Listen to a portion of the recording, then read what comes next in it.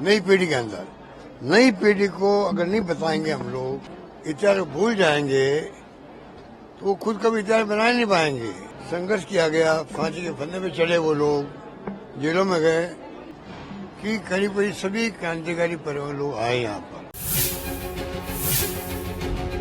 भारत सेवा संस्थान और भारत सेवा फाउंडेशन दोनों संस्थाओं ने मिलकर के मिस्टर गिरिराज सिंह बाफना की देखरेख के अंदर ये प्रोग्राम आयोजित किया गया।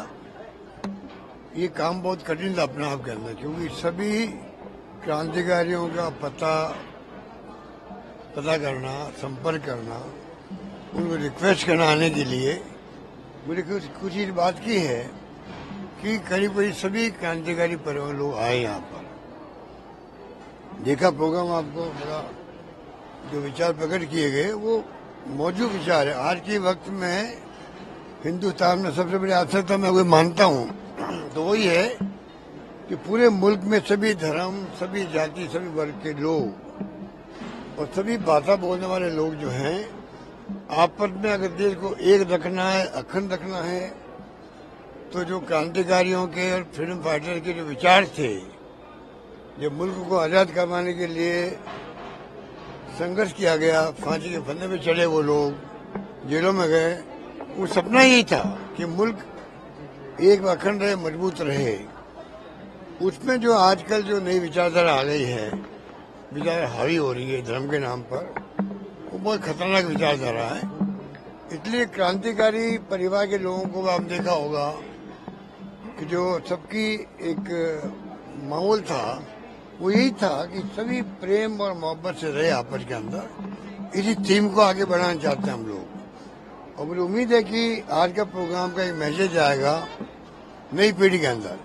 नई पीढ़ी को अगर नहीं बताएंगे हम लोग, इतिहास को अगर उनके सामने नहीं रखेंगे, इतिहास को भूल जाएंगे, तो वो खुद कभी इतिहास बना नहीं पाएंगे। पता ही नहीं कि हमारी विरासत कितनी बड़ी है देश की, उनको एहसास भी नहीं होगा। जैसे मैंने आइंस्टाइन का एग्जाम्पल दिया, इतने बड़े वैज्ञानिक थे, उन्होंने कहा महात्मा गांधी नाम का व्यक्ति आने वाली पीढ़ियां विश्वास नहीं होगा कि हार मान का कोई व्यक्ति इस धरती में चला है महात्मा गांधी के रूप में।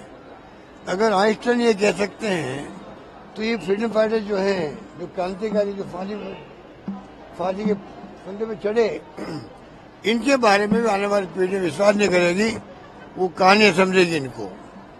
जरूरी है कि हम इसको सिलसिले को आगे बढ़ाएं, और नई पीढ़ी, हमारी ड्यूटी है वर्तमान पीढ़ी की, नई पीढ़ी को जो सत्य है, जो त्याग हुए, बलिदान हुए, कुर्बानी हुई, उसको उन तक पहुंचाएं। अपन संविधान की बात कर रहे हैं, वो लोकतंत्र के सेनानी बिल लेके आई है सरकार, जिसको आपने पहले भी मना कर दिया था। राजस्थान सरकार लोकतंत्र के सेनानी बिल लेके आई है, जिन्होंने मीसाबंदियों के लिए मीसाबंदी जो पेंशन वाला बिल है। अब देखिए, पहले भी लेके आए थे 2 बार, वो लाते हम खत्म करते हैं। तो ये तो पता नहीं बिल में क्या लिखा हुआ, मैंने उनके उद्देश्य देखे नहीं है। पता नहीं वो क्यों ये बात सोचते हैं। अगर उस प्रकार के बिल आएंगे तो फिर और कई तरह सवाल उठेंगे।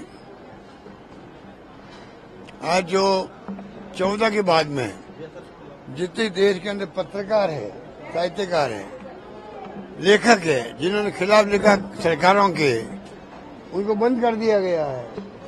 एक साल तक वो जेल में रहे। वो भी तो कल कोई सरकार कहेगी कि इनके लिए पेंशन करो।